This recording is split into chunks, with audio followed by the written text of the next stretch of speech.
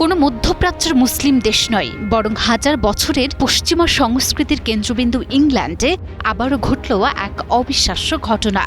ব্রিটিশদের শত বছরের ঐতিহ্যবাহী সব রাজকীয় নামকে ধূলিসাৎ করে দিয়ে টানা তৃতীয়বারের মতো নামকরণের রাজমুকুট এখন একটি বিশেষ নামের দখলে। হ্যাঁ, ঠিকই শুনেছেন, ব্রিটেনের মাটিতে টানা তৃতীয় বছরের মতো নবজাতক ছেলে শিশুদের সবচেয়ে জনপ্রিয় নাম হিসেবে শীর্ষস্থান ধরে রেখেছে মুহাম্মদ। ইংল্যান্ড কোনো মুসলিম প্রধান দেশ নয়, হাজার বছর ধরে এটি খ্রিস্ট ধর্মের অন্যতম প্রধান দুর্গ। ব্রিটেনের রাজা খোদ চার্লস অফ ইংল্যান্ড এর প্রধান রক্ষক, অথচ সরকারি আদমশুমারি বলছে খ্রিস্টানদের এই খাস তালুকেই এখন বইছে তীব্র পরিবর্তনের হাওয়া।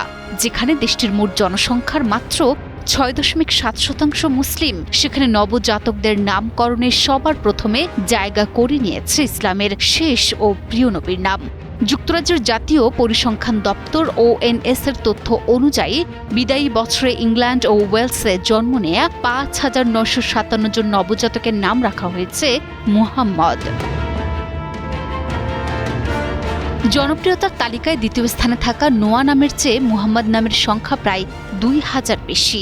২০২৩ সাল থেকেই মুহাম্মদ ও নোয়া যথাক্রমে প্রথম ও দ্বিতীয় স্থান দখল করে আছে। তবে এবার সেই ব্যবধান আরও আকাশচুম্বী হয়েছে।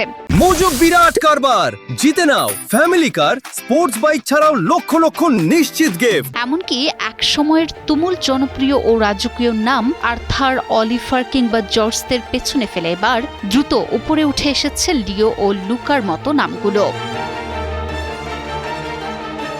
আর এই পরিসংখ্যান সামনে আসতেই তোলপাড় ব্রিটিশ রাজনীতিতে।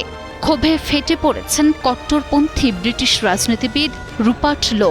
সামাজিক যোগাযোগ মাধ্যমে নিজের ক্ষোভ উগরে দিয়ে তিনি লিখেছেন, টানা তৃতীয় বছরের মতো ছেলেদের সবচেয়ে জনপ্রিয় নামের তালিকায় মুহাম্মদ অনায়াসে শীর্ষে রয়েছে। আপনি আমাকে ইসলাম বিদ্বেষী বলতে পারেন, তাতে আমার সত্যিই কিছু যায় আসে না। এটা ভয়াবহ এবং আমাদের দেশের দ্রুত পরিবর্তনশীল জনসংখ্যার বিন্যাসকেই তুলে ধরে। তবে ONS এর রেকর্ড বলছে ইংল্যান্ড ও ওয়েলসে মুহাম্মদ নামের এই আধিপত্য হঠাৎ করে হয়নি। এটি কয়েক দশকের ধারাবাহিক পরিবর্তনের ফল। ১৯৯৭ সালে প্রথমবারের মতো নামটির শীর্ষ ১০০-তে আগমন ঘটে। এরপর ২০১৬ সালে এটি জায়গা করে নেয় শীর্ষ ১০-এ। আর ২০২৩ সালে এসে ব্রিটিশদের সব নামকে টপকে এটি বসে শীর্ষস্থানে, যা আজ অবধি অক্ষুণ্ণ।